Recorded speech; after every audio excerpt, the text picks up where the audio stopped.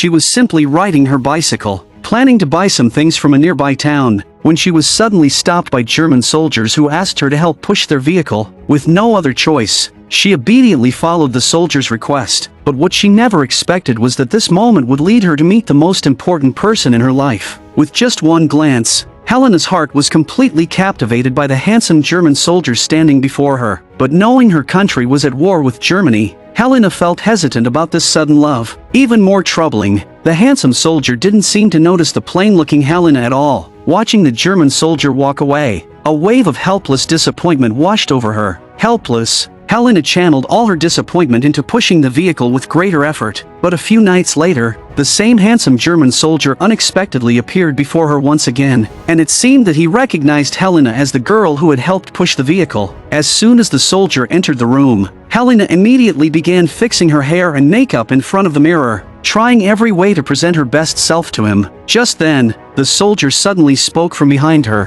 Helena slowly turned to face him, and in that moment of eye contact, it seemed she had entered the soldier's heart as well. In the days that followed, Helena often saw the soldier appear near her. Just as she thought something might happen between them, she heard from others that the soldier was about to leave the hospital to work at a concentration camp. After much thought, and with her extensive nursing experience, Helena made a significant decision. Ignoring her family's objections, she resolutely applied to work at the concentration camp. And so, driven by love, Helena came to this hellish place known as the concentration camp. As soon as she entered the camp gates, she saw German soldiers executing Jewish prisoners, barbed wire everywhere, emaciated prisoners, and an overwhelming sense of suffocation were Helena's first impressions of the camp. But none of this mattered to her. She was here only to pursue her love. Dragging her suitcase, Helena slowly approached the German officer in charge of the camp. The cold officer briefly introduced her to the different areas of the camp. In a stern tone, he warned Helena to stay within her designated area and not to wander, or he would show no mercy. Throughout this, the cold officer never once turned to look at Helena. Days passed in the camp, yet Helena still hadn't encountered the soldier she admired, until one afternoon, when a sudden explosion sounded behind her. Turning her head slowly, she saw the prisoners running in panic. Before she could react, another violent explosion erupted behind her. Looking up in shock, she saw fighter planes roaring overhead. Helena was completely frozen by the terrifying scene. In a daze, she walked back toward her workroom, only for a bomb to explode near her. By sheer luck, she survived unscathed. Moments later, her workplace was reduced to rubble. Having experienced such horror for the first time, Helena wandered the camp like a soulless shell. Eventually, a kind German soldier brought her into an air raid shelter. There, she finally encountered the soldier she adored. He too seemed new to the war, sitting beside her with a blank expression and trembling hands as the bombs exploded outside. Seizing the moment, Helena gently took his hand under the pretense of comforting him. This became their first intimate contact. Later, Helena saw a prisoner steal a bottle of medicine. She immediately demanded that he return it to the table, warning that she would alert the guards, but the prisoner pleaded, saying he planned to escape that night and needed the medicine for his illness during the journey. Hearing this, Helena was momentarily at a loss for what to do. Then, the prisoner begged her not to lock the ward door that night to aid his escape. He promised to make it look like the door had been forced open and would not implicate Helena. As Helena hesitated, two German soldiers entered with an injured man. Helena quickly returned to reality and told the prisoner she would pretend she hadn't heard anything. She then left the room, but later that evening, her kind heart wavered once more. After much deliberation, she ultimately chose to help the escaping prisoner. At dawn, Helena was awakened by alarms. Rushing outside, she saw German soldiers assembling. She soon learned they were preparing to chase the escaped prisoner. This completely panicked Helena, fearing the prisoner might expose her involvement if caught. At that moment, she spotted the soldier she admired, Johannes. Learning that Johannes was leading the mission, she begged him to let her join the pursuit. She explained that as a nurse, she could help if any soldiers were injured. Having feelings for her as well, Johannes agreed without hesitation, and so Helena embarked on the mission with her beloved Johannes. After some time, their path was blocked by soldiers. The soldiers informed them that mines had been planted by partisans and the area was impassable for now. With no other choice, they disembarked and waited for the mines to be cleared. Seizing the opportunity, Helena asked Johannes if he could spare the prisoner. To her surprise, Johannes firmly replied that it was his duty, and he could not. Just then, Soviet planes appeared overhead, launching a fierce bombardment. Soviet troops hidden nearby began firing deadly bullets at them. In the chaos, Johannes led Helena in a frantic escape. They hid behind a truck, tightly embracing each other. In that moment of closeness with Johannes, Helena's fear vanished, replaced by overwhelming happiness. As the Soviets held the advantage, the Germans suffered heavy losses and began retreating. Johannes led Helena in a desperate leap into a small river. Bullets whizzed past as they fled through the water. Fortunately, they managed to escape the battlefield. Their bond deepened greatly after this experience. The next morning, they began walking back toward the camp.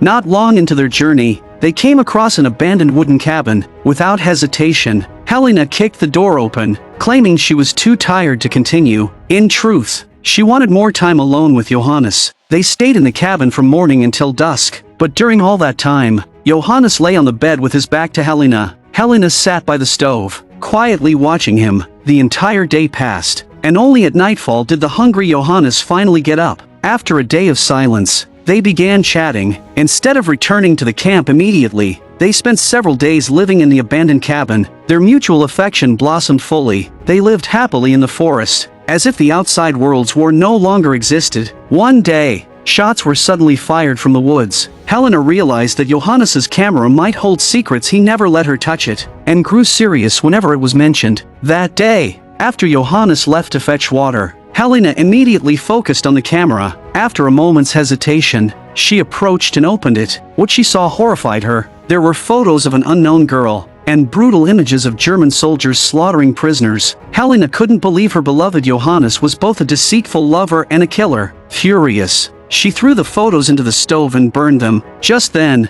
Johannes, realizing he'd forgotten his camera, rushed back. Seeing the open camera case, he understood everything. Angrily, he demanded why Helena had touched his camera. Fuming, he donned his uniform and prepared to take Helena back to the camp. Blocking his path, Helena demanded an explanation. Before he could answer, gunfire erupted from the bushes. Johannes quickly grabbed Helena, and they fled the cabin in panic. It turned out the cabin belonged to hunters. Seeing German soldiers occupying it, they had fired shots to scare them away. After returning to the camp, Helena and Johannes remained estranged for days. She waited for him to explain the photos, but he never came. One afternoon, Helena heard commotion outside. Rushing out, she saw a woman surrounded by German soldiers. Crying in fear, Helena hurried over to ask what was happening, but the German officer sternly told her to mind her own duties. Helena had no choice but to get up and leave. Previously, Helena had been completely immersed in her love, paying no real attention to the concentration camp.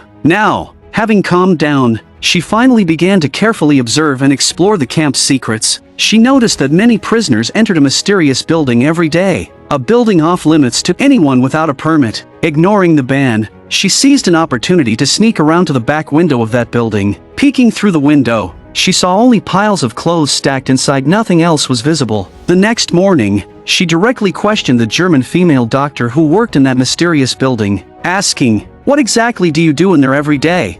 Hearing her question, the female doctor remained silent for a long time before simply saying, "It's my duty." Tears at the corners of the doctor's eyes caught Helena's attention. Afterward, Helena often secretly observed the doctor. She discovered that the doctor frequently wept in private even during cheerful celebrations. As she sang upbeat songs, her face remained streaked with tears, full of anguish and despair, as if trapped in immense helplessness and torment. A few nights later, the female doctor ultimately chose to end her life by poison. As a result, Helena was assigned to take over the doctor's duties, finally gaining the chance to enter the mysterious building and uncover the truth. It turned out that the Germans were conducting various medical experiments on the prisoners. Though Helena was repulsed by these human experiments, powerless as she was, she could only obey orders and continue the work. After several days of cold silence, Helena finally approached Johannes. She told him everything she had seen inside the mysterious building. She had expected Johannes to be just as outraged as she was, but to her surprise, Johannes already knew all about it. He even shared more horrifying truths. Because Johannes worked as an army photographer, he often accompanied German troops, recording many dark secrets that could never be revealed to the outside world. Witnessing countless brutal massacres unfold before his eyes had taken a tremendous toll on kind-hearted Johannes,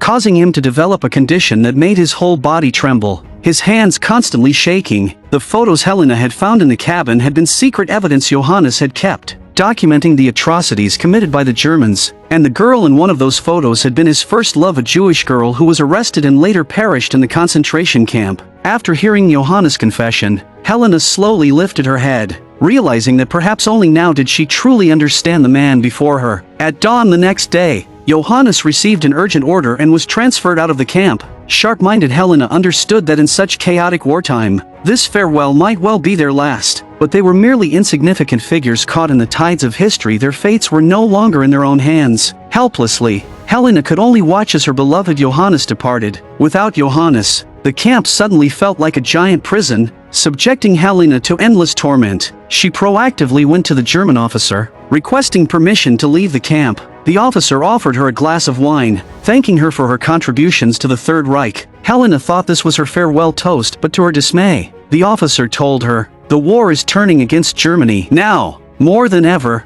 we need everyone's efforts. I will not let any useful person leave this camp, not even myself." It was then Helena fully realized that from the moment she had volunteered to work here, she had been trapped in an invisible web. To leave now, the war would have to end or she would have to become a useless corpse. Helpless, she continued performing the Germans' gruesome experiments day after day, haunted by the despair on the prisoners' faces. Time and again, she pulled out the photos Johannes had taken of her, recalling their sweet days together in the cabin. Though they had only spent a few short days there, those memories gave Helena the strength to carry on. Every day, new prisoners arrived every day. Lives ended. Time slipped away in Helena's agonizing wait. Then, one day, among the prisoners marked for medical experiments, she suddenly saw a woman, her best friend's mother. Helena immediately rushed to the German officer, begging him to show mercy and release her friend's mother, but the cold-hearted officer was unmoved. In the end, though, he grudgingly agreed not to use Helena's friend's mother for the experiments. Though Helena couldn't save her outright, at least she had bought her some time. 3 months later, one afternoon,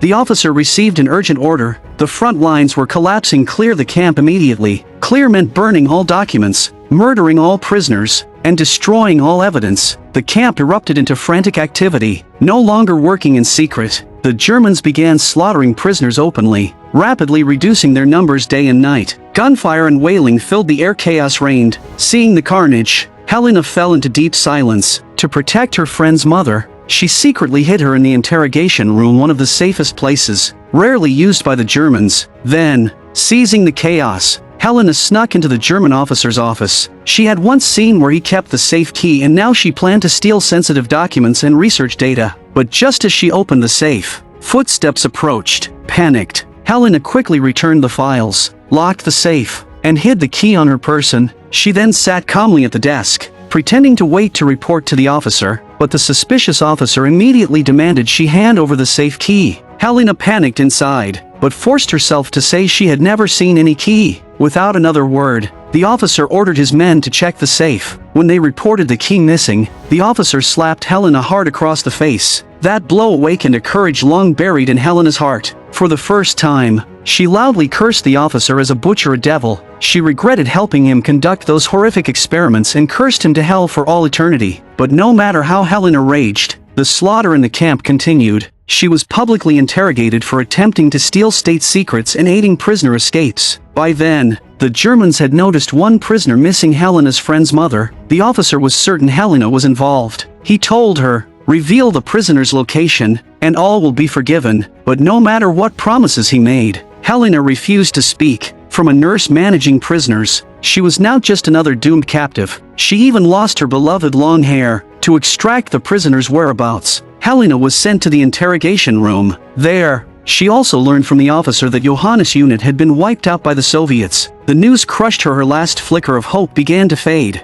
At this point, the Germans were racing to clear out the remaining prisoners. The interrogation room was unguarded and the prisoner Helena had hidden was still inside. Seizing the moment, the woman emerged and rushed to rescue Helena. Together, they fled the room. Before leaving, Helena sneaked into the officer's office one last time and stole a pistol. With the Germans occupied with their cleanup, the two women had the perfect chance to escape. They hid in a truck among body bags. When the truck reached the burial site, they jumped out. Then, taking the Germans by surprise, they opened fire, killing them and escaping the blood-soaked camp. Afterward, Helena bid farewell to her companion and headed alone toward the valley. She wanted to return to the cabin where she and Johannes had once stayed, their happiest memory. They had promised, if ever separated, they would meet there. Though the officer had said Johannes' unit was destroyed, Helena believed he was still alive. After a long journey, she reached the cabin, but inside, she was startled to find the hunter, the one who had once fired at them.